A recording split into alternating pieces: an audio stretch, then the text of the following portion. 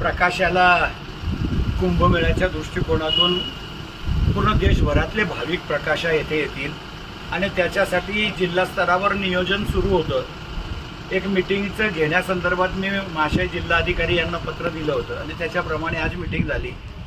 आज फक्त 5 कोटी रुपये त्यांच्याकडे जिल्हा नियोजनमधून केलेले आहेत। त्या 5 कोटी रुपयामध्ये सुद्धा गावकरी जे गावोपयोगी कामं सांगतील तीच कामं घ्यावी। कोणीतरी बसून कुठेतरी चेंबरमध्ये सांगायचं आणि हे करा, त्याच्याऐवजी गावाला प्राधान्य द्या। कारण भाविक गावात येणार आहे, मंदिरावरच येणार आहे आणि 2 मंदिरांच्याही ठिकाणी जातात, त्याचे रस्ते आणि परिसराचं सुशोभीकरण हे महत्त्वाचे काम आहे आणि त्याच्यासाठीच आज जिल्हाधिकारी मॅडमांनाही विनंती केली। उद्या सकाळी अधिकारी जातील आणि गावकरी जे काम सुचवतील तीच कामं कुंभच्या याच्यामध्ये झाली पाहिजे। वरिष्ठ पातळीवरून शासनाकडनं सुद्धा निधी आणायचा प्रयत्न करतोय।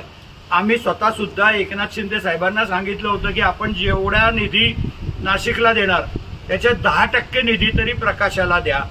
त्याचा आकडा बी फार मोठा होतो, तेवढे पैसे देणार नाहीत आपल्याला माहिती आहे, परंतु मागताना कधीही कमी पडायचं नाही, जास्तच मागायचे। मग जे येतील ते, पण प्रकाशाचं कुंभच्या निमित्तानं कायापालट झाला पाहिजे अशी आमची अपेक्षा आहे आणि ते पण गावकरी ठरवतील तीच कामं झाली पाहिजे।